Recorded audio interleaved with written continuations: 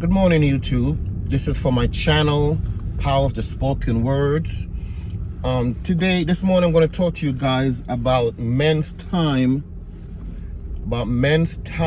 and resources.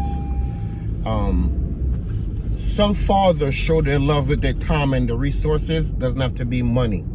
Money is not a resource that's needed when you're raising young men. So for me, I hear everybody has this story about you shouldn't raise children that are not yours because you're not going to be able to discipline them or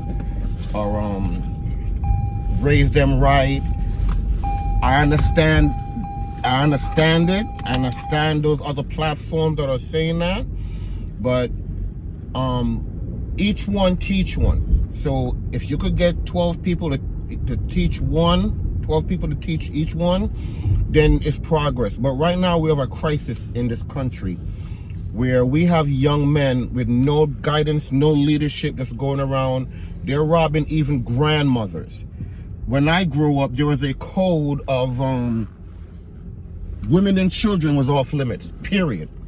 They were just off limits. They were just not something that a woman had to fear going down the street, because grandma was the most protected in the neighborhood.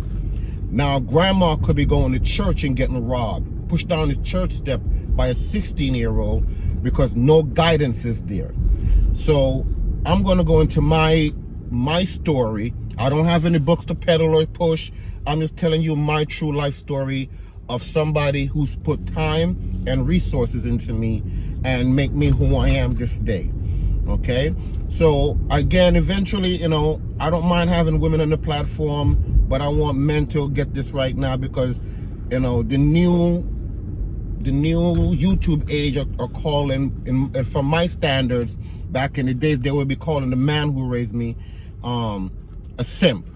Okay, and the fact that everybody now jumps on it and calling people simps and all these words, understand that some of these simps have raised basketball players, football players, doctors, lawyers, educators, presidents of companies, governors. So don't paint everyone with a broad brush as if that, all women are like that. Not every woman are like that. And I know that because of the internet, we see 12 videos, and 12 videos get circled to 20 videos, and that circled to 400 videos, and on and on and on. And we think all women are like that. I'm not saying some are not like that, but not all. So this is my story of somebody, and eventually he will be upgraded, because he needs to be upgraded, because this person put time and resources into me, even though back then me as a young man did not understand that, right? So when I came to this country from Kingston, Jamaica, yes, I'm from Kingston, Jamaica. I wasn't born here to go back to find out who my ancestors were, or I'm trying to tell people that I'm Jamaican. No, I'm true blood Jamaican, true blood. And coming from Jamaica, there's certain things that we were taught, my grandmother taught me, and first was never embarrass my grandfather. Under no circumstances do my grandfather get embarrassed, okay? Because his name meant something in my country. So going forward, my mom was married twice, and in a second marriage, I came to this country, and growing up in Jamaica, I think we had two TV stations, RJR and JBC. I think there was the two radio TV station we had. So we had limited access to certain movies or things while they were coming from America, because we really didn't have the type of a setup, a theater to have our kind of content being on the channels. So when I came to America, I saw snow for the first time, and I was elated with, wow, look at this white substance. How did it come? Where did it come from? How is it made? And couple weeks later, it snowed, and I mean snowed heavily, and the man who raised me said to me, listen, get up, and I need for you to helped me shovel the snow. And, you know, my brother and I got up, but my brother, you know, older than me, your could see it in his face that was not something he wanted to do. So I got up, I put on my my shoes, my boots, my gloves, and my jacket, and went outside. It wasn't that much back then. It wasn't that much for me. Just coming to this country, that was a lot of snow. So I went outside and I helped him shovel the driveway, because in America, in where we live here, it's you are responsible for your sidewalk, even though the city owns it. You're responsible for the upkeep of your property. So we got outside and we shoveled the snow in the driveway. We cleaned the car off, cleaned out the driveway, came back in the house. He got dressed and he left. Took my mom to work and they left. So a couple days later, when he came home that day, he said to me, listen, when it snows, I need for you to go outside and do the driveway.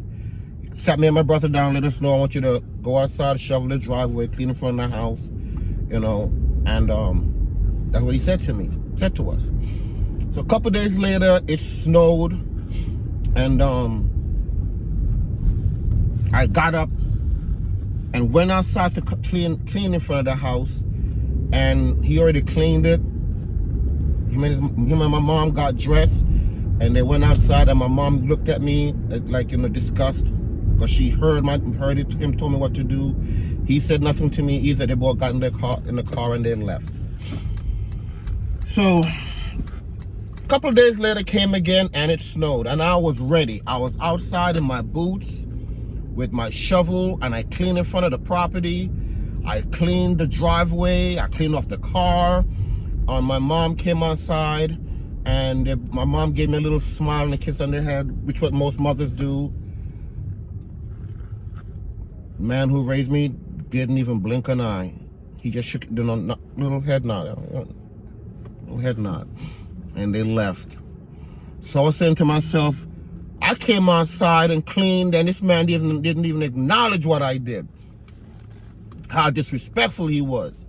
So when you're young, you know, there's some parts of your brain that still hasn't developed. So told my brother, and he says, well, you ain't got to do nothing he tell you to do. He's not your father. And I call other family members, and like, you don't have to do nothing he tell you to do. He's not your father.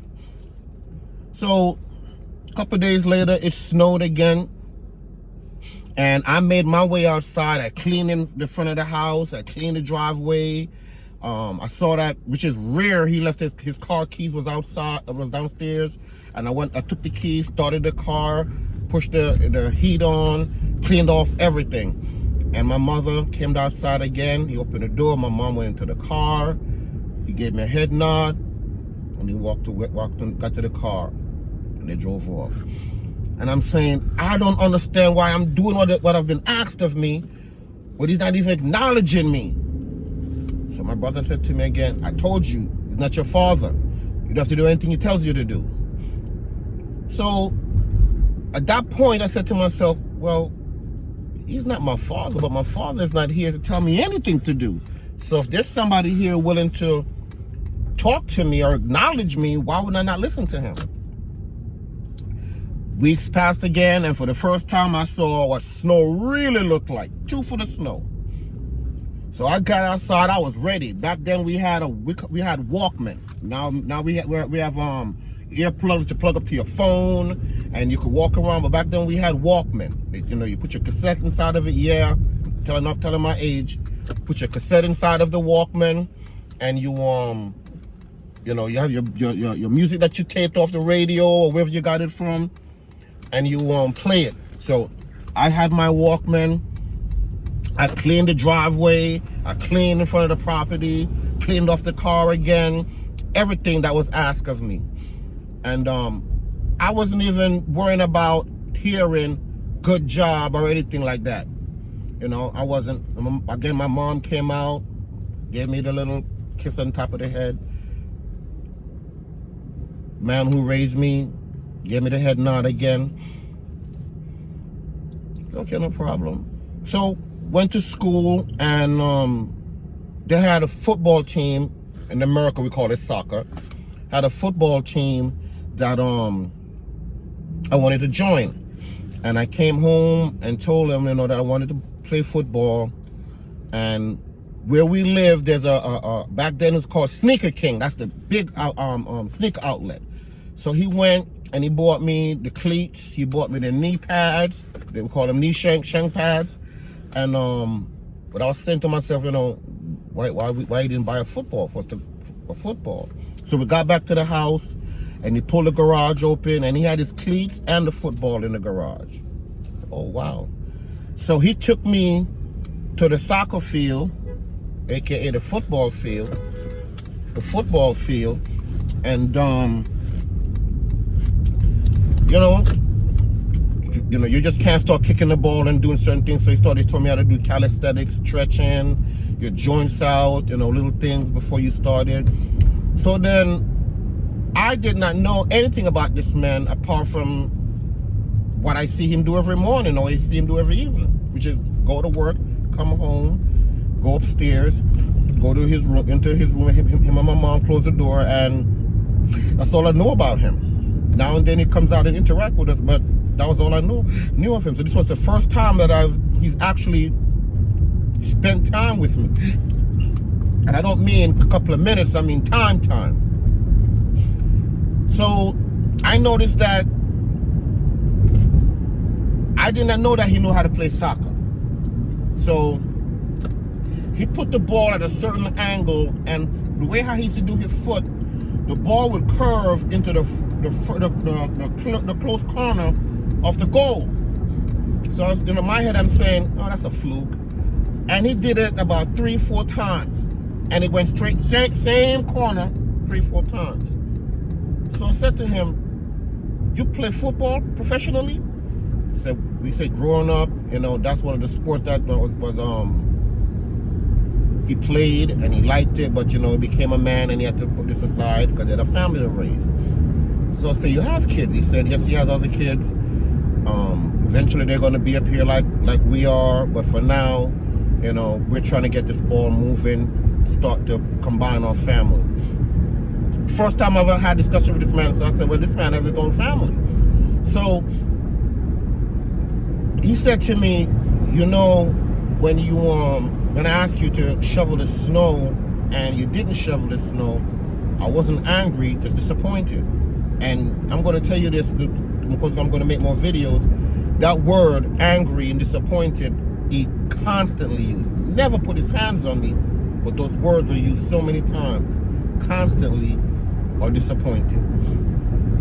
So he said to me, and this put it in perspective once he said this to me. He said, I wasn't good at how you see me place the ball and hit it in the corner of the net all the time. I wasn't. I had to practice this. Okay?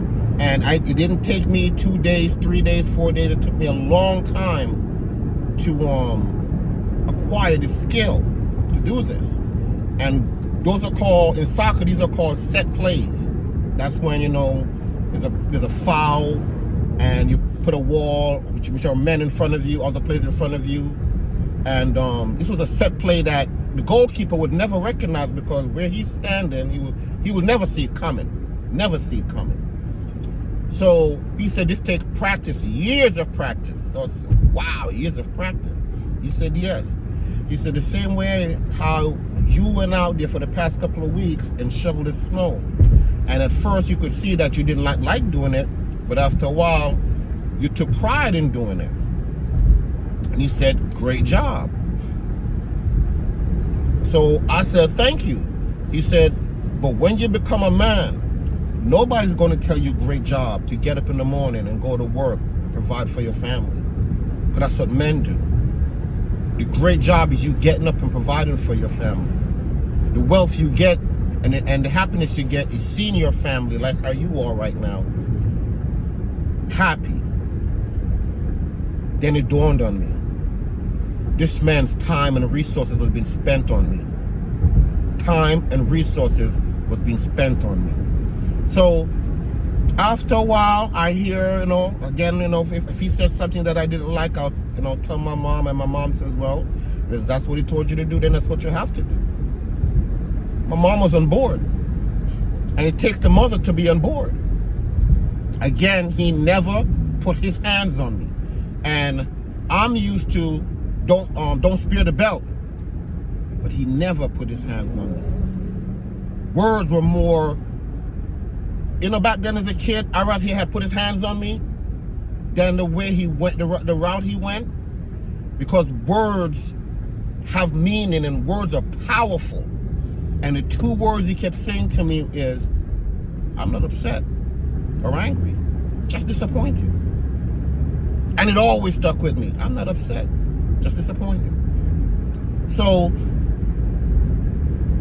after that, I started playing soccer, and school, you let me know that school was very important. And if soccer ever interfere with school, I can't play soccer.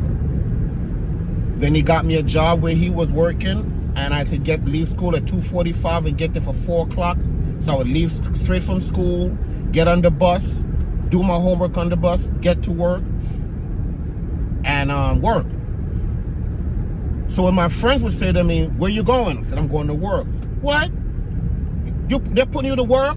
Or you thought you should be having fun? I said, nah, I'm going to go to work. And it's funny because me going to work, I got into trouble. I'm not gonna say that I escaped that jail. But going to work took me away from that element. And he always said to me, everybody has a choice. When you wake up in the morning, you could go right, you could go left, or you could go straight. Now, if you go straight,